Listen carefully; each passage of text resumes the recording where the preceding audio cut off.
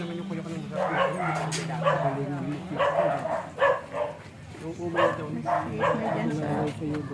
Tawa na daw siya.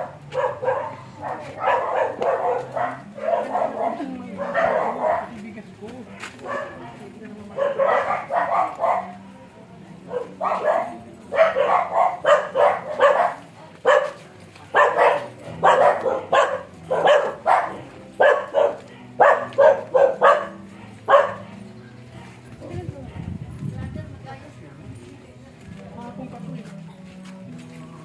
Daan dyan. Wala pa kasi sa issue, like.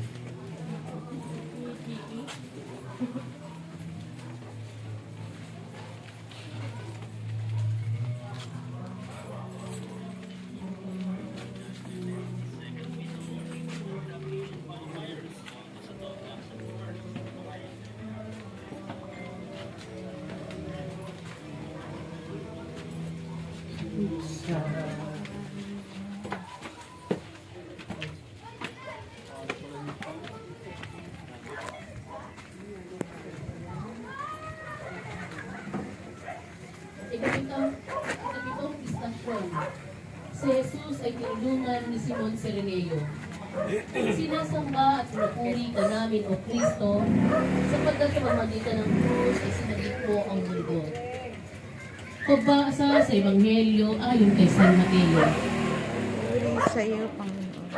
Paglabas nila ng lungsod, kanilang nakita ang isang lalaking nagngangalang Simon, isang taga-Sirene. Pilit nilang ipinapasan sa kanya ang krus ni Jesus. Ang salita ng Diyos. Pagninilay. Isa sa mga magagandang kaugalian nating mga Pilipino ay ang tinatawag na bayanihan. Likas sa atin ang pagtutulungan. Dumaramay tayo sa mga taong nangangailangan o sa mga namamatayan. Ginagawa natin ito dahil sa pag-ibig. Dahil din sa pag-ibig, si Jesus ay nag-alay ng kanyang buhay para sa atin. Balikan natin sa ating isipan ang ating nawawaglit na kaugaliang bayanihan at damayan. At ang ating pagtulong, itanong natin sa ating mga sarili kung ito ay dahil sa pag-ibig o dahil sa pagiging kapalit nito. Gumaya tayo sa ating Panginoon na hindi nag-isip sa sariling kabutihan. Ang lahat sa buhay niya, ang buong buhay niya, ay para sa iba. Ikaw, be. Ay, precious. Ito na,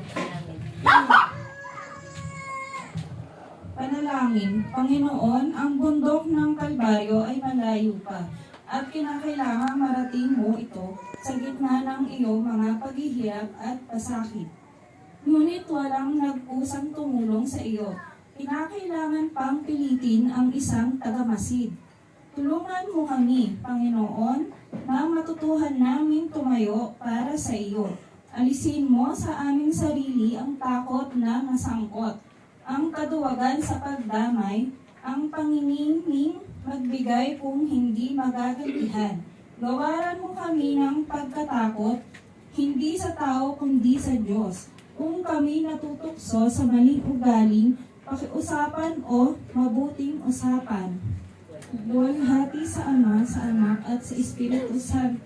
para sa unang-unang ngayon na kailangan sa Amen. Maraming salamat po. Bye-bye.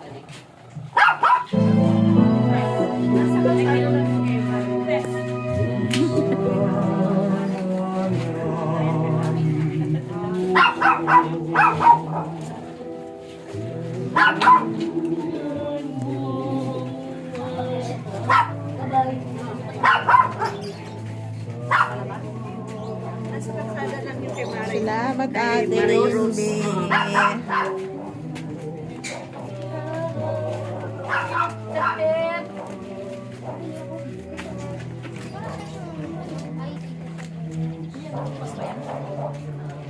Susunod ka dyan. Huwag ka na to.